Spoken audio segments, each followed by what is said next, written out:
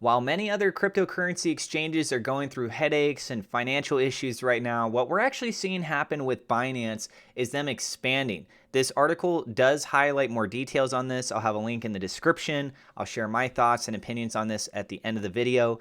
And this is talking about Binance acquiring a regulated crypto exchange in Japan. I am not a financial advisor. This is not financial advice. Everything I'm sharing is my own opinion. It's my own research. I highly encourage you guys to go do your own research. And quickly, I want to go ahead and let you guys know because it looks like today is more than likely the last day for this particular promotion from Webull. I have a referral link in the description. The markets are down. If you're looking to try and capitalize somewhere, here's an option for you. You could get up to 12 free stocks, but with Webull, you can actually trade cryptocurrencies on their platform in addition to stocks.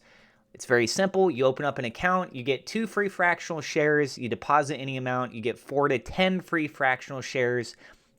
These are probably going to be valued around $3, $4, but they could go up to $300, $3,000 if you're lucky. So feel free to check that out. The link is down in the description. Binance has managed to expand its services throughout the past year by either acquiring an operating license or buying a stake in a regulated entity. Cryptocurrency exchange Binance plans to re-enter the Japanese market after acquiring a 100% stake in a licensed crypto service provider in the country, Cointelegraph Japan reported. In an official public announcement on November 30th, Binance CEO Changpeng Zhao said the crypto exchange was committed to re-entering the Japanese market under regulatory compliance. The acquisition of Sakura Exchange Bitcoin, or SEBC, a Japan Financial Services Agency licensed business, would mark the re-entry of global exchange in the Japanese markets after 4 years. And as we can see here, CZ Binance over on Twitter saying Binance acquires JFSA registered Sakura Exchange Bitcoin, committed to enter Japan under regulatory compliance. Talking about the importance of the latest acquisition, a Binance spokesperson told Cointelegraph, "We can say that the acquisition of SEBC marks Binance's first license in East Asia. And as Asia is a market with potential, we hope to expand in other regions." Binance had to shut its operations and plans to open a headquarters in Japan in 2018 after an FSA notice for operating without a license. The Japanese government warned the crypto exchange again in 2021 on similar grounds.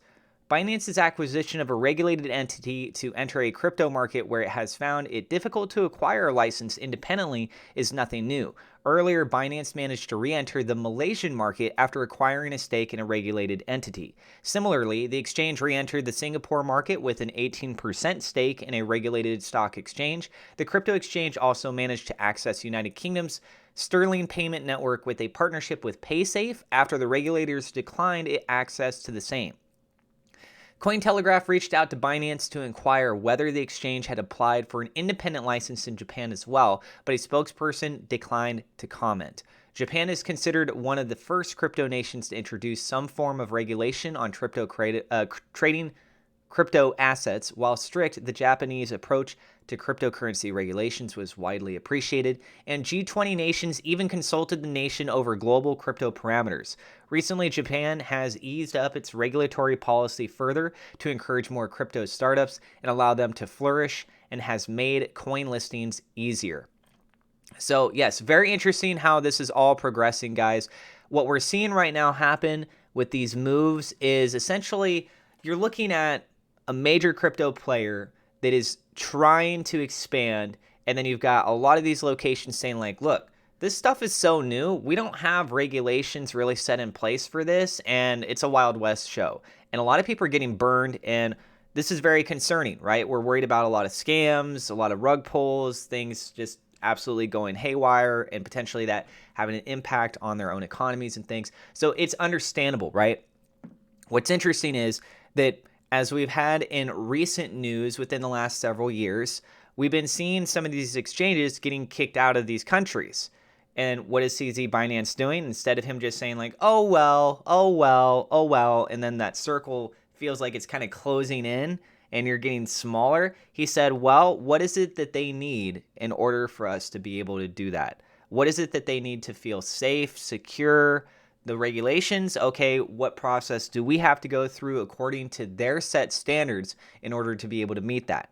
And lo and behold, he's looking out and finding out ways to do it, such as with this acquisition going in for that of Japan. And then also talking about Malaysia here a little bit. And obviously, they're looking to continue to try and keep expanding. So I think this is a good step forward overall for the crypto industry space. One thing I am a bit concerned about is monopolization. And as it is, Binance is already the number one biggest cryptocurrency exchange. And for them to get even more of a centralized control of the market space for trading, it gets a bit concerning.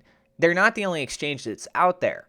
However, what he's doing is smart, and frankly, I would like to see these other exchanges following that sort of approach and having themselves expand too, so that there is more of an equal, fair balance of options that are available for you. As it is right now, crypto is so new, a lot of people don't exactly know what options that are available. So the fact that there is anyone that's even willing and able to do so is a good point. I'm looking at this more as a major issue, say 5 to 10 years from now. I think it could definitely become more of a major concern at that point in time. But imminently, we're talking within the next 1 to 3 years, them doing this kind of stuff. I think that it's only going to help out the industry space as a whole. I would be a little bit concerned about what kind of regulation crackdowns could come back on with Binance back over in, say, China, and how much of a hand that they're going to play with everything that's there. And obviously, guys, not your keys, not your wallet. Obviously, the best thing to do if you're trying to protect your funds is to have self-custody. But people forget things, they lose their devices, there's a variety of reasons why some people might prefer to have their crypto stored on a centralized exchange. But as far as for actual conversions to fiat, going back to your nation's currency, that's where we see the centralized exchanges really coming in and playing a key role here. So let us know what you guys think about this down in the comments below. Would love to get your guys' thoughts on this. Again, I'm not a financial advisor. This is not financial advice. Please go do your own research. Thank you so much to my Patreon supporters. A double shout out thank you to WeLoveSafeMoon.com, Victor Vegas, and SafeMoon Oz for being higher level patrons. I really appreciate it, guys. And also thank you to my YouTube members for your support. If you're new to the channel, don't forget to hit subscribe, hit the thumbs up like button. God bless, and we will see you in the next episode.